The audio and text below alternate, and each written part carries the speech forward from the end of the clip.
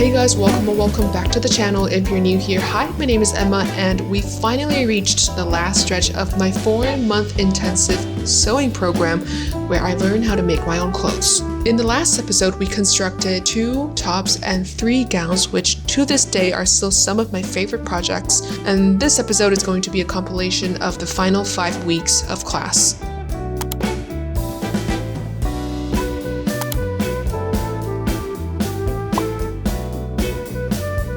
Pants for me are pretty straightforward in the sense that the silhouette that fits me best is something that is fitted around the waist but flares out around the hips all the way down to the legs, so there is no restriction whatsoever, which makes it very easy to design. So here's this pair of shorts in which we really try to maximize this jean fabric, and I also added some pockets from a different project that I had before from the previous year.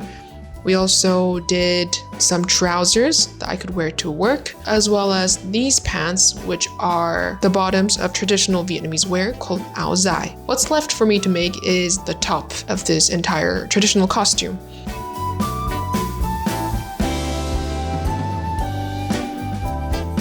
It was also around this time that a local news station decided to come in, basically to talk about why people are choosing to learn these more traditional crafts again, especially in the age of capitalism and extreme consumerism, why we've chosen to slow down and, get our hands in the process again. Những người trẻ như Thu Thảo thỏa mãn đam mê với kim chỉ, vải vóc, màu sắc và kiểu dáng. Lớp học cắt may như thế này còn thu hút khá nhiều phụ nữ đã có gia đình. Họ tham gia lớp học với mong muốn biết thêm một kỹ năng nhằm tự tay chăm sóc chu đáo hơn cho những người thân trong gia đình mình. The next segment was menswear, and my brother happily volunteered to be my model. Instead of taking body measurements from scratch, we just picked a shirt that already fit them well and copied the dimensions off of that shirt instead. But you guys, I messed up big time in this segment. The top that I made for my brother did fit quite well, however, he did not like my choice of fabric, which was something I should have asked him beforehand. I just thought a plain white shirt. Who would say no to a plain white shirt? Apparently, some guys do. Anyways, the pants faced a different issue. The pair of pants that I took the measurements off of were made from a slightly stretchy fabric, but the fabric that I chose to sew the pants was 100% cashmere wool, and it's a lot less stretchy, if at all, compared to the model pair of pants that I was copying dimensions from, which meant that when my brother put the pair of pants that I made on, it would stand okay, but when he sat down, it would pull around the hips, around the thighs, around the calves. So yeah. And y'all, menswear is so much more difficult in terms of construction and neatness, mostly because there aren't many design elements that go into menswear compared to with women's wear. So you have to increase the difficulty to increase the price of the product. Either way, this set of clothes is now being worn not by my brother, but by someone else's brother.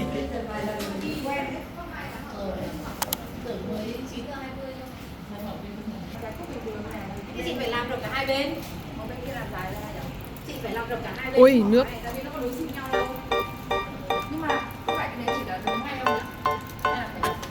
And now the final leg of the final stretch is making blazers. This is the project that will use all of the skills we had built up over the past 3.5 months because it is so much more difficult, technically speaking, than anything else we've ever made before. We actually spent a lot of time learning how to construct the arm of the blazer, the different sizes that it has. We were all super locked in. By this point in the program, we also felt a great sense of camaraderie because we have gone through, at this point, 15 weeks together, I want to say. Seeing each other every day, getting to know one another, going fabric shopping together, messing up big time together, and sitting for hours just to undo our mistakes, basically. And it was also kind of bittersweet knowing that class was going to come to a close sooner rather than later. Oh, and I finally learned why people tell you that you shouldn't wash your blazers. And that's because inside the blazer, in the construction, there is a lot of interfacing that would peel off if you soak it into water for too long, run it through too many cycles in the washing machine. but I still choose to hand wash them in water as opposed to doing dry cleaning, just because I think that just less chemicals involved, and as long as I don't throw it into the washing machine, it should be fine.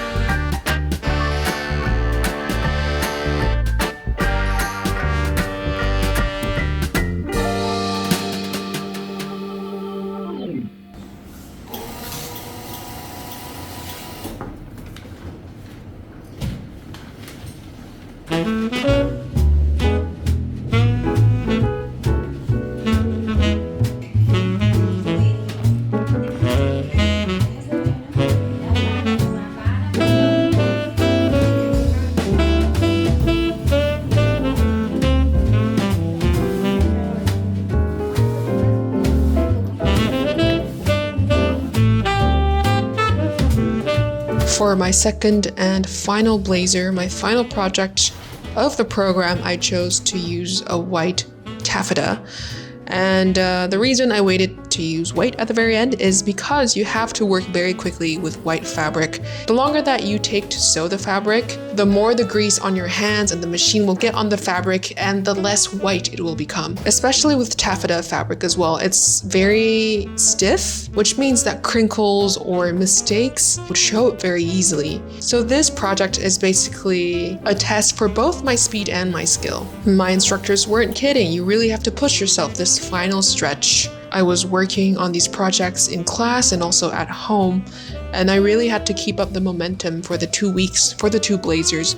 And it was to a point where if I let go for one day, I probably would have stopped right there and not have completed the project. And that's when having friends or classmates do this with you became so important, or at least I became aware of how important they were. You really understand why you can move further in a team than perhaps individually for projects like these. All in all, shout out to my instructors.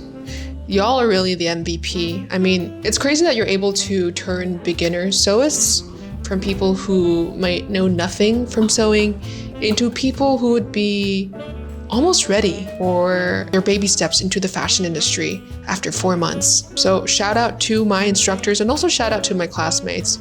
Y'all have been real ones, holding the fort down so that we can advance together like this, even though we did lose a couple of us along the way, but anyway.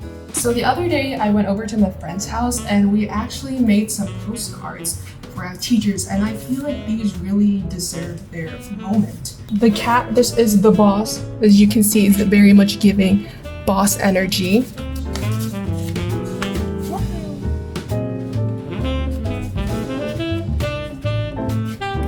One of our teachers said that she really wanted to go to Russia, to Moscow, so that is why we have this stamp here for her.